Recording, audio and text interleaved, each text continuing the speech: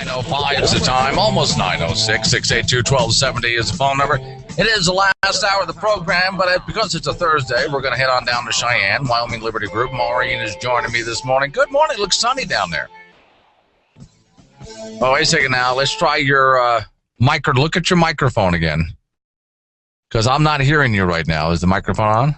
The microphone is on. There you go. Okay. Maureen from Wyoming Liberty. I'm saying it looks sunny out there. We got big clouds coming from the west over here, so. It might actually snow. This is a total bummer.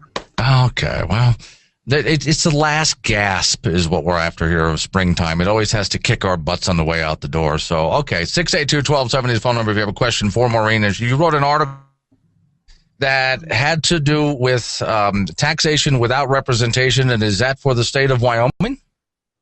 Yes, I think what a lot of people sort of got lost about, because there were so many bills and there was so much attention paid to the Cindy Hill situation, that a lot of other bills sort of slipped by without people really understanding or even knowing about them.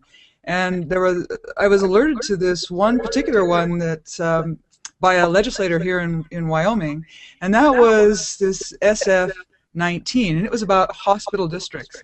And when you match that up with SF-99, which was about water and sewer districts, what we noticed was that there was a complete twisting around like pretzels of the principles of Wyoming legislators, because in one case, they took away landowners' ability to vote on whether or not to set up a special district. And in another case, they gave to landowners the option to vote on whether or not to set up a special district. So you have to sort of stand back and say, well, just hold on a second. What's the underlying principle here? Should landowners be able to vote on whether or not they're going to pay more taxes or not? How can you have it? You can't really have it. That's actually a definition of insanity, to think something can be and cannot be at the same time. And so this is the situation we've got going right here now in Wyoming. Right, it's a contradiction, and of course contradictions can't exist, which is why. Okay, let's explain for those who don't understand the difference between voting on taxes and voting not on taxes, but also because that goes hand in hand with voting on a district and voting or not being able to vote on a district. What do you mean by that? Okay, so first, so people understand what a special district is. Sometimes what happens is that over a certain land area, which can include a number of different communities, you get what's called a special district. And that's like, think of another level of government that essentially has the power maybe to tax or not. So it's a school district, they've got cemetery districts, we've got water districts, and we've got hospital districts. So what's happened in one particular area of Wyoming is they were having trouble getting it's a county hospital. So in Wyoming, you've got a whole system of county hospitals. One particular county, Hot Springs County, was having a lot of trouble raising money to build a new building for its hospital. So what it did, instead of sort of asking some of the bigger landowners whether or not they might want to make a charitable contribution, what they did was they went to Senator Geis and they lobbied him to bring forward this bill that would take away the landowner's ability to vote on whether or not to set up a special district. So what happened in that particular case was that because the county government wanted more money, they decided to take away the vote from the people they considered to be preventing them from raising taxes. Okay, and I've come across that same conversation. I was off the air one time here in the radio studio talking to someone, and it's a good thing I've got such self-control, Maureen, because there's times I just want to top someone upside the head. This guy wants to get some project done here in Campbell County, and they couldn't raise the money for the project, so he wants to go ahead and tax it. Because you ever try to get out there and raise the money? And my answer was, well, whose money is it? It isn't yours to take. It belongs to the person who earned it. And if they don't want to give it to you, they shouldn't have to give it to you. I guess your project you can just forget about your project. Exactly. Let me run to the phone real quick here and see if this is on topic. This is Glenn. Who's on the phone? Ron Ebbett. Yes, sir. Do me a favor, Maureen. Give me just a moment here. This gentleman, Ron Ebbett, is a preacher in the patch that's coming down here. He's going to be here on, what is it? Is it this weekend, Ron? Yes, starting tonight through Sunday night. Wow, so it's a couple of day event that you have coming down here, and you're going to be starting where tonight? Yeah, out at the Camplex, 7 p.m., and this is our third year back. We just wanted to make sure on the last night of the last year, we said, hey, are you sure you guys want us back next year? And they said, come back. So here we are. Okay. Boots on and everything. What happens where tonight? What time are you starting and where are you going to be? Okay, right at the Camplex Energy Hall, Right. 7 p.m., and it's a different program each night. Somebody, they think it's the same program every night, but it's not. It's a different program each night, and we got bands as far as people from Minneapolis, North Battleford, Saskatchewan, and Nashville, Tennessee, probably the greatest pianist in the entire world, who sold millions and millions of albums, is here in David Meese is here in Gillette right now for tonight. Well, I've been listening to David Meese's music for years. So, okay, tomorrow night, where do they need to be and when? Well, same night, every night. Tonight, Thursday, Friday, Saturday, Sunday, 7 p.m. Energy Hall, Camplex, same every night, but a different program each night. Okay, cost to get in? It's free to Gillette and Wyoming people. It's free. North Dakotians, we're going to charge them. Well, especially those South Dakota people, I double charge them. I'd do that if I were you. Yeah. Okay, how long does it go per night? How many hours per night? It's a 2-hour event. Okay. Yeah, right at 2 hours. Is there a place where they can go and look up more information for this? We have a website, preacherinthepatch.com. Okay, and all the information's up there on what's happening when? Yep. All right, Ron. Hey, do me a favor. Call me back in the 8 o'clock hour tomorrow, and let's update people at this same number, and we'll update people on what's happening on over the course of the weekend. Hey, sounds good. Thanks, Glenn. All right, thanks for calling in. Appreciate that. Sorry about that, Maureen. That is a big event that's coming to the area, and he wanted to call in and plug it real quick, and we were going to let him do that. All right, so anyway, let's get back to this guy that was about to pop upside the head here. My argument to him was, well, I earn the money, it belongs to me. So if you choose to take it from me by force of government, isn't that a form of theft? You didn't ask me. I didn't get a vote in the matter. Wouldn't that be a form of theft? Yeah, absolutely. And this is something I think people seem to forget. If somebody comes to your house and takes money out of your wallet, you'd think that would be theft, right? But if somebody comes to your house, takes money out of your wallet, and they call themselves government, and they give it to somebody else, yeah, somehow or another, people have lost that link. I mean, it's still theft in the same way. Still is, yeah. It's still taking money from you by force at the point of a gun. So what we have here in the state of, does this cover all of the state of Wyoming, or was this just over certain counties that this happened? No, the problem now it's in legislation. So what it means is that this now covers the entire state, even though it was just a specific county that was having this problem. And this is sort of what points to the bigger problem here, where we've got so much legislation going through that so many legislators are, I mean, a normal human being just can't really comprehend or absorb all of this legislation that's going through. Because in the past, what was happening here with these special hospital districts, and really any special district, is that 25% of the landowners owning 25% of the assessed value had to agree, had to vote on whether or not they were going to set up one of these special districts.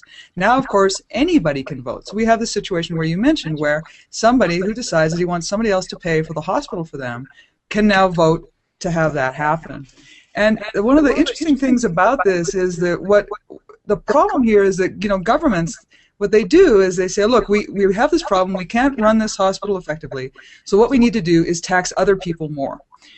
But what they should be looking at is, well, we can't do this, perhaps government isn't the right organization to do it.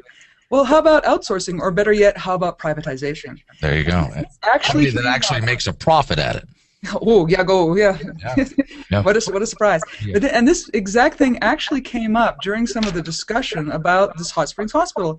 And one of the, I think it was the person on the hospital board said, oh, no, couldn't possibly privatize the hospital because then the hospital wouldn't give out charity care. So I thought, oh, okay, well, let's take a look at that because, that actually doesn't make any sense. So I went and looked at their some of the hospital's IRS forms, and I saw that this particular hospital generates about $14.3 million in revenue. Its charity care was about $172,000, or 1.2% of its total revenue. Now, in Lander, the Lander Regional Hospital was privatized back in the 1980s, and it's been run by a private organization called Life Point Hospitals since about 2000. Now, Senator Kel Case he lives in Lander. I asked him, do you ever have any problems with this private hospital asking you for more money, asking you for handouts or subsidies? And he says, no, they don't seem to have any problems. So I took a look at how much charity care they gave out. Well, the Lander Life Point Hospital, according to their 2011 annual report, has total. Now they're all around in the U.S. Their total revenue is about $3 billion. They give out 3% in charity care. So you have this, not if this government organization gives out 1.2% of their revenues in charity care. We've got a private organization giving out 3% of its revenues in charity care. And so this is what we need to start thinking about more, not just for hospitals, but also for parks. And that kind of leads us into what we can talk about next, which is the Game and Fish Department. And the reason we should talk about them probably after the ads is because they're actually in Gillette right now talking about these draconian cuts that are going to be so painful. But we've got another story there. Well, yeah, a whole other story. And we're going to run to a break real quick here. And I also was thinking while you were talking about that was well, as soon as this starts, it snowballs. Because right away we're talking about hospitals. With hospitals, you're talking about sick people. You can't deny that. But as soon as you open up that door and let that camel's nose through, all of a sudden they can do this for anything that they desire. And once again, it's taken away the decision-making process from the people who actually earn the money. More with Wyoming Liberty Group and Maureen in just a moment. 9:20 is the time, 682-1270 is phone number. Maureen, Wyoming Liberty Group on the line with me now. The Bold Cams, as one of my listeners went ahead and named them there. From Cheyenne, and she's talking about Wyoming taxation without representation. Oh, by the way, Maureen, I came up with an idea as long as we're in sequestration here. Here's my idea. Don't pay your taxes this year. Your excuse, sequestration. Because there's nobody to help you with your taxes. Taxes became so complicated. You need government help to fill out your taxes, but the help isn't there anymore because of sequestration, and you didn't know what to do. Am I going to wind up in jail, or should I go for it? You're going to wind up in jail. Okay. Okay. I'd never recommend doing that. No. Okay. So we have now Game and Fish. Does this have to do with sequestration? No. Game and Fish actually. The reason I thought we should talk about this today is because the Game and Fish Department is in fact in Gillette right now. They're going through what they're planning on doing for 2014. They're making up this story that because they weren't able to raise license fees in the last session, oh no, we've got to cut $7 million in spending. Now, they don't actually need to cut $7 million in spending. They don't actually have $7 million in spending cuts listed out for 2014. But one of the things that we're looking at here at the Wyoming Liberty Group is what are the real cost drivers for these different departments. I mean, in addition to the standard budgeting process, I mean, both the state government and the federal government, the way they create a budget means that the budget goes up every single year. So that's one thing that has to change. But there are a couple of other. Is what it's called. That's baseline budgeting, right? Yeah, baseline budgeting. Here they call it standard budgeting. Okay. So that's one thing. But in addition to that, there are a couple of other things that drive budgets up every single year. One of those is demands from the legislators themselves, and of course the other are these mandates from the federal government. So if we take a look at what's been going on with the Game and Fish Department, we can see where a lot of the drivers for some of their spending increases have gone up, which gives us a pretty good idea of what we can suggest to them to start cutting. Because what they're doing right now are a few little cuts around the edges. What they need to do are some serious program cutting, so getting rid of entire programs. Because if all you do, for instance, is not fill positions to save $900,000, as soon as the good times start again, those positions will just get filled again, and then a few years down the road we'll be back into this same dilemma. So essentially what of course, people who watch your program regularly know that the Game and Fish Department, YDOT, and a couple of other departments in the state government have got two budgets. One budget is the budget that's under the scope of the legislators, so it's the one that we can actually see. And then there's the other budget, and that's called the commission budget. So what we saw with the Game and Fish Department was up until about, since it was established and for about 7 years, up until about 2004, all they had was the commission budget. So that was a budget that was funded primarily from hunting and fishing licenses. Well, in 2004, the state government decided, well, we want you to do a bunch of other things as well. So they went and got some more money, and so between about 2005 and 2011, out of the general funds, out of state budget, they got an additional $65 million. And so based on what I just said, you might think, oh, well, I guess they were spending this money on programs that the state government decided they wanted them to do. And that was partly true. There was the sage grouse, there was conservation, invasive aquatic invasive species, wolf management.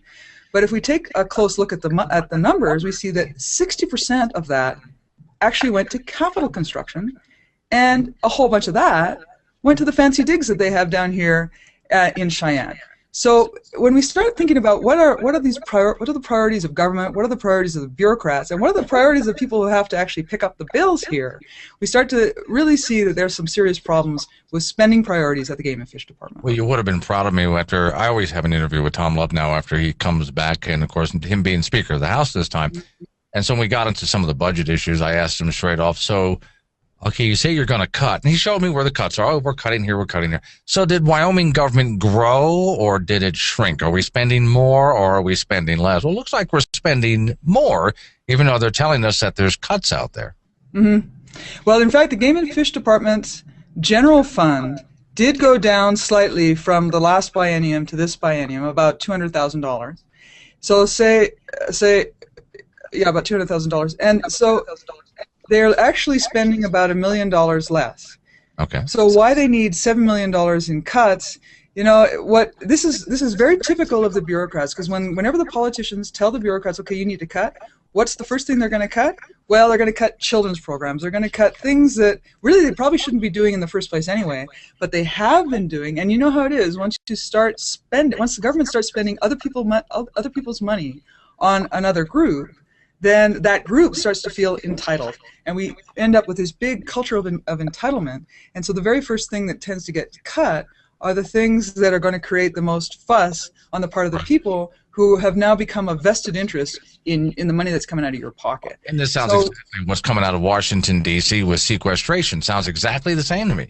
Yeah, it's like politics. That's right. It's just like Wyoming's own no more White House tours, right? That's what you're going to see here. So in 2013, so we talked about this a little bit before. So in 2013, some of the cuts were the things like the $300,000 for the reality TV program. So what they've cut out is the funding for the reality TV program. But if you look on their website, they've still got their TV channel. They've still got their radio channel. They've still got their video channel. So you've got to ask yourself, is this really the role of the Game and Fish Department to be having a radio show, to be having TV shows? Well, I don't think so. So what they need to do, so we don't have this problem again down the road, is eliminate that entire program. That's got to go, right? Let me back up real quick to, and I'm going to finish on this, what you started with the whole taxation without representation here. Obviously, this is something that needs to be fixed because, like you showed us, we have a double standard here, and the real standard should be that people get to vote whether they're going to have their taxes raised or not, whether they want to be part of this program or not. Is this something that we're going to have to wait for next legislative session to be fixed, or a session after that, or is this something that could wind up in court? Well, yeah, it's a good question about winding up in court. That I don't know. We do have to wait till the next legislative session to have this particular issue fixed. And that's going to, well, you know, I'm certainly hoping that people who are listening will go to the Game and Fish Department's meeting. Did you announce where it is? No, I didn't. So where is that? Somewhere here in Gillette is where it is. That's right. It's at the Northern Wyoming Community College in Gillette, 300 West Sinclair, Technical Education Center building. So I hope that people go there and start calling these Game and Fish bureaucrats out on what it is they're planning on cutting. Okay. Are they doing that today? Yeah, they're doing it yesterday and today. So yesterday and today. Yesterday and today. So today is the last day. You have till the end of the day to go.